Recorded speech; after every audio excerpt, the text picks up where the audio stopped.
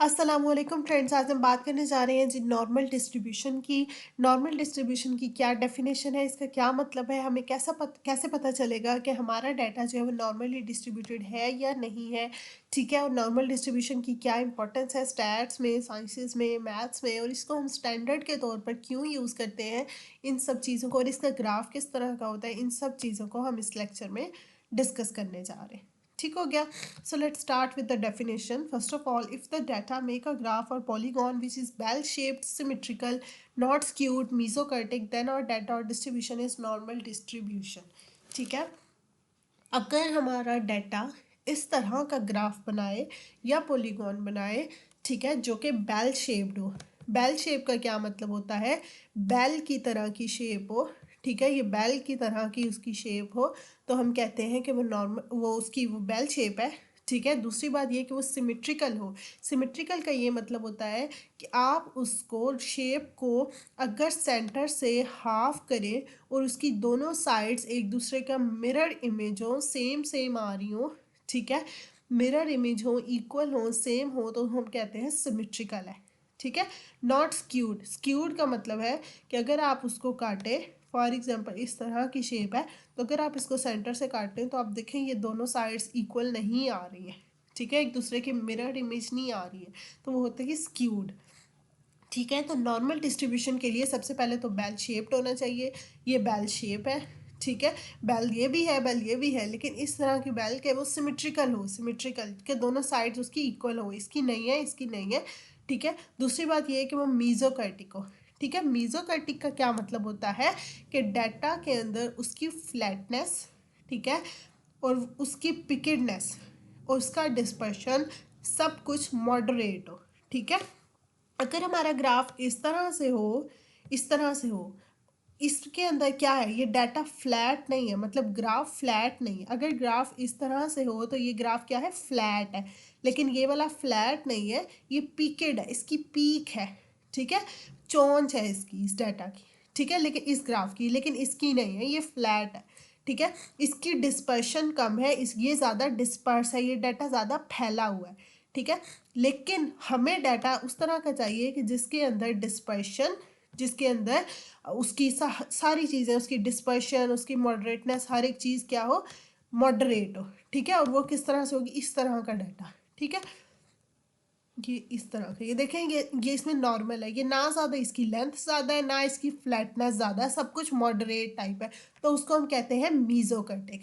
ठीक है, ये तीनों चीज़ें, बेल शेप, उसकी सिमेट्रिकल, उसकी मीजोकर्टिक, ये तीनों चीज़ें अगर आपके डाटा के पॉलीगॉन में एग्जिस्ट करेंगी तो हम कहेंगे कि हमारा डाटा नॉर्मली डिस्ट्रीब्यूटेड है। ठीक है, अगर आप देखें तो ये बेल शेप, ये भी है बेल शेप, ये भी है बेल शेप। सिमेट्रिकल देखें तो ये इसमें भी सिमेट्री है और इसमें भी है। इसको भी आप हाफ करें तो ये भी इक्वल आएगा, इसको भी आप हाफ करें तो ये भी इक्वल आएगा, इसको भी हाफ करें ये भी इक्वल आएगा। ठीक है, तीसरी बात ये कि मीजोकर्टिक होना चाहिए। अब बेल शेप इसमें भी है, इसमें भी है, सिमेट्री इसमें भी है, इसमें भी है। ठीक है, लेकिन मीजोकर्टिक भी होना चाहिए जो कि सिर्फ इसमें है। तो ये तीनों चीज़ें जिसमें एग्जिस्ट कर रही हैं वो ये वाली शेप है या वो इधर से ये वाली शेप है। ठीक है, तो इस शेप को हम कहेंगे कि ये क्या है, नॉर्मल डिस्ट्रीब्यूटेड शेप है। ठीक है, जिस तरह के ये यहाँ पर क्लियर डायग्राम ये बनी हुई है, ये नॉर्मल डिस्ट्रीब्यूशन है कि आप इसको सेंटर से अगर हाफ करें, ठीक है, जो कि अभी सही नहीं हुई हाफ। ठीक है, जिस तरह भी आप सेंटर से अगर इसको हाफ करें तो इसकी दोनों साइड्स क्या होनी चाहिए, आपस में इक्वल होनी चाहिए। ठीक है, एक दूसरे का मिरर इमेज होनी चाहिए, और साथ ही साथ क्या होना चाहिए, ये मीजोकर्टिक होना चाहिए। डाटा ना ज़्यादा उसकी पीक है, ना ज़्यादा वो फ्लैट है। ठीक है, ये दोनों चीज़ें नहीं होनी चाहिए। देखें, मॉडरेट शेप है, नॉर्मल सी शेप है, तो उसको हम कहते हैं कि ये मीजोकर्टिक है। तो ये फुल शेप, ये हमारे पास क्या है, नॉर्मल डिस्ट्रीब्यूशन की शेप है। ठीक है, इसके बाद हम अगली बात करते हैं कि हमें कैसे पता चलेगा कि हमारा डाटा जो है वो नॉर्मली डिस्ट्रीब्यूटेड है या नहीं है। तो वो हमें पता चलेगा, टू नो दैट डाटा, ये हम दो कामों से हम पता कर सकते हैं। सबसे पहले कि हम क्या करें, हम पॉलीगॉन बनाएं। ठीक है, हमारा जो भी डाटा है हम उसका पॉलीगॉन ड्रा करें। ठीक है, और हम उस अपने डाटा के पॉलीगॉन को कंपेयर करें नॉर्मल डिस्ट्रीब्यूशन वाले पॉलीगॉन से, कि ये उस नॉर्मल डिस्ट्रीब्यूशन वाले पॉलीगॉन के साथ मैच करता है या नहीं करता। तो उससे हमें पता चल जाएगा कि हमारा ग्राफ जो है नॉर्मली डिस्ट्रीब्यूटेड है या नहीं। दूसरा काम हम ये कर सकते हैं कि हम कर्टोसिस चेक करें, ठीक है। हमें पता है कि अगर हमारे डाटा की कर्टोसिस, जिसको हम B2 से रिप्रेजेंट करते हैं, कोफिशिएंट ऑफ कर्टोसिस को, अगर वो 3 के राउंड अबाउट आए या 3 के इक्वल इक्वल आए तो हम कहते हैं कि हमारा डाटा क्या है, मीजोकर्टिक है, ठीक है। हमने पढ़ी थी मीजोकर्टिक की, यहाँ पर हमारे पास 3 टाइप्स होती हैं कर्टोसिस की। तो अगर डाटा जो है वो राउंड अबाउट 3 आ रहा हो, ठीक है, तो डाटा मीजोकर्टिक होता है। लेकिन अगर क्या हो, B2 कर्टोसिस की वैल्यू जो है, B2 की वैल्यू अगर 3 से कम आ रही हो तो हमारी डिस्ट्रीब्यूशन डाटा की क्या होती है, प्लेटोकर्टिक होती है, ठीक है।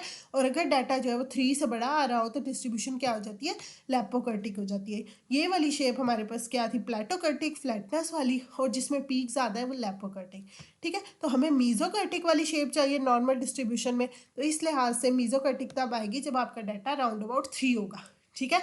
तो इसके लिए हम अगर डाटा की कर्टोसिस चेक करें और वो 3 के करीब करीब आए तो मतलब हमारी नॉर्मल डिस्ट्रीब्यूशन है। इन दोनों कामों से हम ये जान सकते हैं कि हमारे डाटा में नॉर्मल डिस्ट्रीब्यूशन है या नहीं है, ठीक हो गया। उसके बाद हमारे पास अगली बात आती है जी इम्पोर्टेंस की। नॉर्मल डिस्ट्रीब्यूशन जो है वो क्यों इम्पोर्टेंट है। स्टैट्स में, मैथ्स में, डाटा साइंसेज में, सब में क्या किया जाता है, नॉर्मल डिस्ट्रीब्यूशन को एक स्टैंडर्ड के तौर पर यूज़ किया जाता है, जिसके साथ हमारे डाटा के जो भी सैंपल का डाटा आता है हम उसको कंपेयर करते हैं, ठीक है। फॉर एग्जाम्पल आप देखें कि scale is a standard to draw 6 metre line.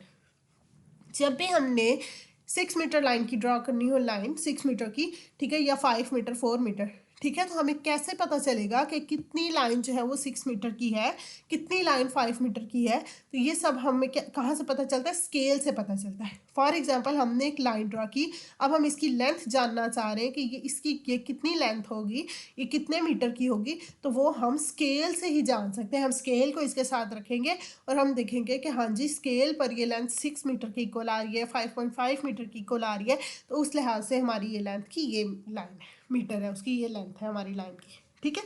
तो हमने यहाँ पर स्केल को क्या किया, एक स्टैंडर्ड के तौर पे यूज़ किया, ठीक है, जिसके ज़रिए हमें ये पता चला कि हमारी लाइन की लेंथ क्या है, ठीक है। इसी तरह जब हमारा डाटा हमारे पास हो और हम उसके बारे में जानना चाह रहे हैं कि हमारा डाटा कैसा है, तो उसके लिए हमारे लिए पास जो स्टैंडर्ड होता है वो होता है नॉर्मल डिस्ट्रीब्यूशन, ठीक है। हमारे डाटा की, उसकी मतलब उसकी पीकेडनेस जानने के लिए, उसकी फ्लैटनेस जानने के लिए, उसके अंदर उसकी कर्टोसिस जानने के लिए, हर एक चीज़ उसकी जानने के लिए, ठीक है, हमारे पास जो स्टैंडर्ड होता है वो क्या होता है, नॉर्मल डिस्ट्रीब्यूशन होता है, कि ये डाटा नॉर्मल डिस्ट्रीब्यूशन से कितना दूर है, कितना करीब है, ठीक है। एक स्टैंडर्ड के तौर पर यूज़ होता है जो हमें बताता है हमारी डाटा के बारे में, जिस तरह के स्केल आपको बताता है 6 मीटर लाइन के बारे में कि वो कितनी होगी, ठीक हो गया। उसके बाद वो कह रहे हैं कि sample is representative of population. हमें ये पता है कि हम क्या करते हैं, सैम्पल को लेते हैं पॉपुलेशन में से, ठीक है। Sample is a subset of population होता है, एक सारा बड़ा सारा पॉपुलेशन होता है जिसमें हम सैम्पल सेलेक्ट करते हैं, ठीक है। तो ये उसका रिप्रेजेंटेटिव है या नहीं है, मतलब सैम्पल वाकई ही पॉपुलेशन को अच्छे से रिप्रेजेंट कर रहा है, वो उसका सबसेट है या नहीं है, कितना अच्छा है या नहीं है, ये सब चीज़ें हमें कहाँ से पता चलती हैं, अगर हमारे सैम्पल की जो शेप है वो पॉपुलेशन की शेप के साथ मैच करे, ठीक है। और पॉपुलेशन की शेप ऑलमोस्ट हर एक चीज़ के लिए आती होती है जी, नॉर्मल डिस्ट्रीब्यूशन वाली शेप होती है। तो इस लिहाज से हमारे सैम्पल की भी इसके करीब करीब आनी चाहिए, ताकि हम ये कह सकें कि सैम्पल और पॉपुलेशन जो है वो एक दूसरे, मतलब सैम्पल जो है वो रिप्रेजेंटेटिव है पॉपुलेशन का, उनकी अगर शेप सेम आई, ठीक है। फॉर एग्जांपल हमें पता है कि एक क्लास है, उसमें जो है वो मैथ्स में हर दफ़ा बच्चों के एवरेज स्कोर आ रहे हैं, ठीक है, 100 में से 60-70 तक आते हैं सारी क्लास में से। अब आप उसमें से एक ग्रुप को उठा के उनके स्कोर सिर्फ चेक करें तो उनके भी इसी तरह आने चाहिए। अगर आप कहें कि नहीं उस ग्रुप के स्कोर्स तो 90s में लाई कर रहे हैं, लेकिन पॉपुलेशन के बारे में ये पहले ही पता था कि उनके तो 60-70 में है, इससे यहीं से पता चल गया कि कुछ गड़बड़ है, या तो सैम्पल गुड रिप्रेजेंटेटिव नहीं है, ठीक है, हो सकता है सैम्पल ने सिर्फ उठाए टॉपर स्टूडेंट हो, ठीक है, और हम तो एवरेज की बात कर रहे थे। तो ये इस तरह से क्या हुआ कि सैम्पल एक बैड रिप्रेजेंटेटिव हो गया, ठीक है। तो सैम्पल और पॉपुलेशन का ग्राफ आपस में मैच करना चाहिए अगर सैम्पल उसका गुड रिप्रेजेंटेटिव है, अच्छे से उसको प्रेजेंट कर रहा है, तो उनकी शेप सेम होनी चाहिए। ठीक है, ये सब चीज़ें हमें पता चलती हैं नॉर्मल डिस्ट्रीब्यूशन से। ये देखें जी, ये हमारे पास एक शेप है जो कि नॉर्मल डिस्ट्रीब्यूशन की शेप है, इसमें हर एक चीज़ क्या है, बैलेंस है। ठीक है, फॉर यहाँ पर हमारी फ्रीक्वेंसी होती है, इस तरफ हमारे डाटा होता है, इसमें हम फॉर एग्जांपल यहाँ पर इन्होंने IQ स्कोर्स लिए हुए हैं, आप कुछ भी ले सकते हैं। ठीक है, इसमें क्या है ये देखें, IQ 60 70 80 अप टू 140, इसमें देखें ये लो IQ, ये हाई IQ, ये मॉडरेट। तो मेजॉरिटी स्टूडेंट्स, फॉर एग्जांपल ये स्टूडेंट्स का IQ एक क्लास का, तो मेजॉरिटी का क्या कर रहा है, एवरेज पे लाई कर रहा है, एवरेज स्कोर चल रहा है उनका। फॉर एग्जांपल हम यहाँ पे कह सकते हैं कि 85 से चल रहा है, कहाँ तक उनका एवरेज, मोस्टली सबका कितना है, 105 तक। ठीक है, मेजॉरिटी यहाँ पर एग्जिस्ट कर रही है। तो ये हमारे पास क्या है, नॉर्मल डिस्ट्रीब्यूशन, जिसमें मेजॉरिटी क्या होती है, सेंटर पे लाई कर रही होती है। ज़्यादातर स्टूडेंट्स जो है उनका एवरेज सेंटर में लाई कर रहा है, ये साइड्स वाले कॉर्नर्स पे बहुत कम स्टूडेंट्स आ रहे हैं। ठीक है, फ्रिक्वेंसी कम है यहाँ पर। उसके बाद आ रहा है कि हम इसको स्टैंडर्ड के तौर पर क्यों यूज़ कर रहे हैं, ये नॉर्मल डिस्ट्रीब्यूशन को हम स्टैंडर्ड के तौर पे क्यों यूज़ करते हैं इस शेप को, क्योंकि नॉर्मल डिस्ट्रीब्यूशन में क्या है, majority lies in centre and extreme values are rare and have least frequency. आप यहाँ पर देख रहे हैं कि मेजॉरिटी स्टूडेंट्स जो है वो सेंटर में लाई कर रहे हैं, और जो एक्सट्रीम वैल्यूज़ हैं, मतलब जो या तो डाटा से बहुत कम है या डाटा से बहुत ज़्यादा, एवरेज से। ठीक है, तो उनको हम कहते हैं कि वो एक्सट्रीम वैल्यूज़ है। तो एक्सट्रीम वैल्यूज़ की यहाँ पर कम फ्रीक्वेंसी है। ठीक है, जो नॉर्मल एवरेज वैल्यूज़ हैं उनकी नॉर्मल फ्रीक्वेंसी है, फ्रीक्वेंसी आप देखें तो ये आ रही है, तो यहाँ पर इनकी लोएस्ट फ्रीक्वेंसी है जो एक्सट्रीम वैल्यूज़ है।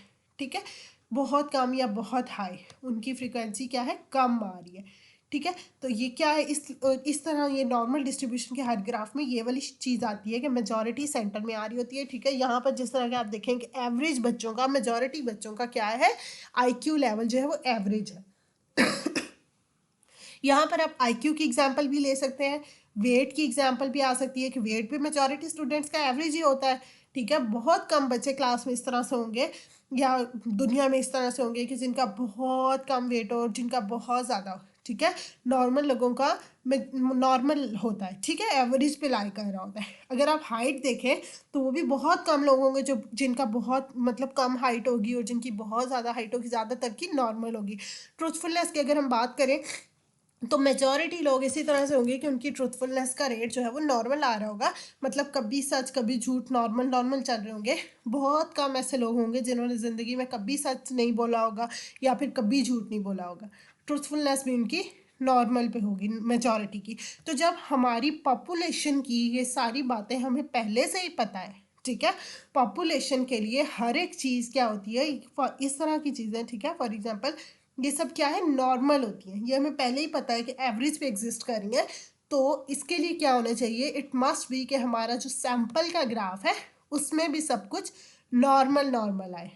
ठीक है, अगर सैंपल के ग्राफ में सब कुछ नॉर्मल नॉर्मल नहीं आता, इस तरह से आ रहा है या इस तरह से आ रहा है, कुछ अजीब सा आ रहा है, तो हम कहेंगे कि वो स्टैंडर्ड पे लाई नहीं कर रहा, नॉर्मल डिस्ट्रीब्यूशन पे लाई नहीं कर रहा। इसलिए हम नॉर्मल डिस्ट्रीब्यूशन को स्टैंडर्ड के तौर पर यूज़ करते हैं, एक मेजरमेंट स्केल के तौर पर यूज़ करते हैं, क्योंकि नॉर्मल डिस्ट्रीब्यूशन की जो शेप होती है वो हमारी पॉपुलेशन वाली शेप है। ठीक है, तो जब हमने जानना हो कि हमारा सैंपल और पॉपुलेशन मैच कर रहे हैं कि नहीं कर रहे, तो उनका ग्राफ भी मैच करना चाहिए सैंपल का पॉपुलेशन के साथ। ठीक है, और पॉपुलेशन का इस तरह से ग्राफ है तो सैंपल का भी इसी तरह से आना चाहिए। ठीक है, इसलिए हम क्या करते हैं, इसको स्टैंडर्ड के तौर पर यूज़ करते हैं, क्योंकि ये बाय नेचर है, कुदरत की तरफ से ही है कि ये सब चीज़ें नॉर्मल नॉर्मल एग्जिस्ट करती हैं, एवरेज लेवल पे एग्जिस्ट करती हैं। ठीक है, उसके बाद वो कह रहे हैं कि rare at positive and negative extremes, मतलब पॉजिटिव नेगेटिव एक्सट्रीम्स पे हमारी वैल्यूज़ कम हो जाती होती हैं। ठीक है, एज पॉपुलेशन, जब पॉपुलेशन की हमारी ये शेप है, ठीक है, एवरेज की है, तो नॉर्मल डिस्ट्रीब्यूशन की ये वाली शेप है। ठीक है, तो इस लिहाज से हमारी उसकी जो सैंपल की डिस्ट्रीब्यूशन शेप आनी चाहिए वो भी इसी तरह से आनी चाहिए, ताकि हम सैंपल को क्या कर सकें, एक्यूरेट कंसीडर कर सकें, हम उसको जनरलाइज कर सकें। और जनरलाइजेशन के लिए हमारा जो फिनोमिना है, जनरलाइजेशन के लिए क्या लें, कंडीशन है कि उसके लिए जो सैंपल की डिस्ट्रीब्यूशन है वो सेम होनी चाहिए पॉपुलेशन की डिस्ट्रीब्यूशन से। कि population distribution have to be same with sample distribution, वो सेम होनी चाहिए, सैम्पल उसका रिप्रेजेंटेटिव होना चाहिए, और वो रिप्रेजेंटेटिव कब होगा, जब दोनों की शेप सेम होगी, और पॉपुलेशन की सेम जब इस तरह शेप जब इस तरह से है तो सैम्पल की भी इसी तरह से आनी चाहिए. So if population have this shape, then sample must have to show this shape, otherwise data is incorrect. ठीक हो गया. ये थे हमारी जी इसके बारे में बातें सारी, कि उसको हम स्टैंडर्ड के तौर पे क्यों यूज़ करते हैं, इसकी क्या इंपॉर्टेंस है और इसकी क्या डेफिनेशन है. आई होप आपको अच्छी समझ आई होगी. Thank you so much and अल्लाह हाफिज़.